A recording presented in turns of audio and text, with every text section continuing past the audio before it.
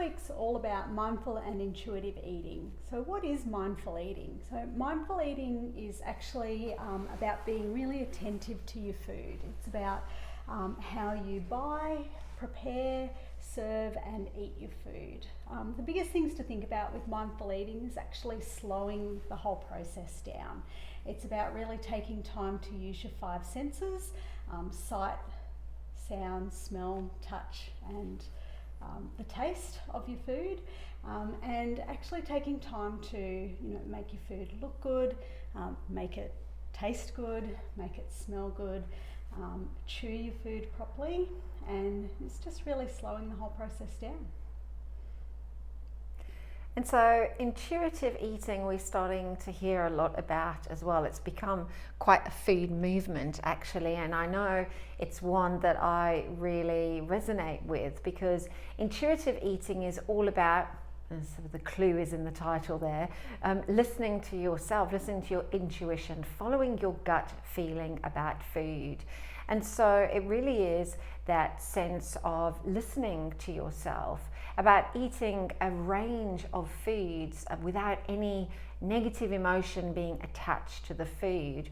We have fallen into this way of talking about food where food is good and food is bad, and I mean, I don't know how we judge those things, but for example, if you are eating one of those cheap cakes from Woolies, nothing against Woolies of course, in your bedroom by yourself at 10 o'clock at night because you've had a breakup with your boyfriend, that's something quite different to enjoying maybe your favorite carrot cake, that's my favorite cake, at a party with friends. And so cake in and of itself is therefore not bad, but the way that you are choosing to eat cake could maybe be considered, one of them is maybe better than the other in that circumstance.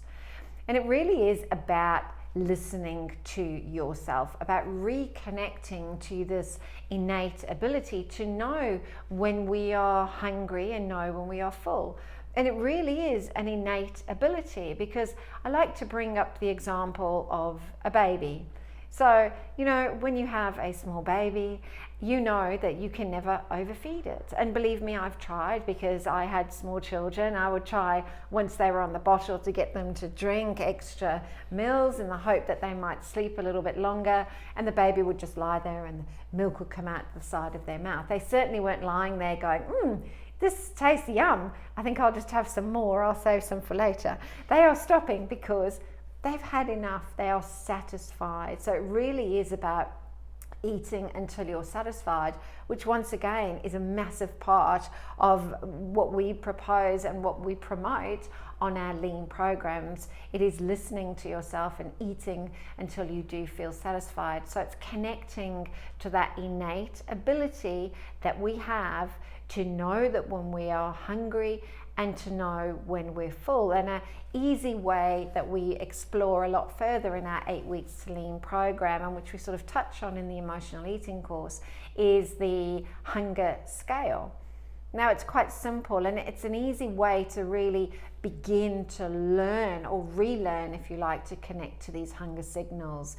And when we're thinking about the hunger scale, on one side we have number 1 over here, and on this side we have number 10. Now, at number 1, you're starving hungry. At number 1, you're going to drive past Macca's, pick up a Big Mac, stop off and get some mash and gravy from Kentucky Fried Chicken across the road. That you really have lost a lot of control over your choice of food at this point, because you've let yourself just become too hungry. And remember, there is a part of our brain, a very powerful part, that is working hard not to let us be hungry. You're hungry, it's trying to fulfill that need. So being at a 1 over here is never a good idea. Being at a 10, equally not a good idea, because we know when we're at a 10, that is when you have completely overeaten. You will feel sick, you will be lying in bed thinking, I wish I hadn't had that last burrito, whatever it was. Too full. Way too full. And so we don't really want to be at a 1 and we don't want to be at a 10. But however, if we sort of brought that in, maybe you can imagine there's a bit of a flashing red sign at those points. But if we bring that scale in maybe to a 3 until a 7, so being at a 3, you're hungry, but you are also in control. You can make good food choices. The other thing, of course, when you're too hungry is what happens, you eat very fast. And so it's easy to go from a 1 to a 10. When you're at a 3, you can be more mindful. You can eat slower. You can appreciate your food. Therefore, you eat less. Therefore, food properly. you chew, you digest your food better. So everything is working for you. And so also stopping eating at the right time, stopping eating when we get to a 7. We don't have to wait, knowing that it takes, I don't know, Tammy, it's about 20 minutes for food to for the brain to connect. Yeah. Full. Yeah. And so, of course, it makes sense. And in fact, mindful eating is a very, very successful, in and of itself, way to lose weight when people do it properly. And I'm sure it's probably because of that. People are eating slower. Yes. Yeah. And so when we're looking at the hunger scale, we are wanting to operate from that 3 and stopping eating, listening to our bodies when we are satisfied. Satisfied is our key word.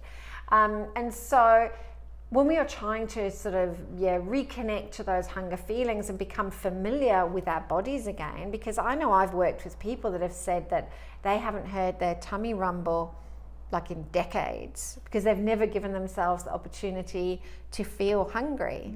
And so when we are looking at that hunger scale that goes from 1 to 10, getting into that idea of, and I know that I've done it, Tammy, I don't know if you have, it's interesting because it's a bit difficult to start with, like, how hungry am I?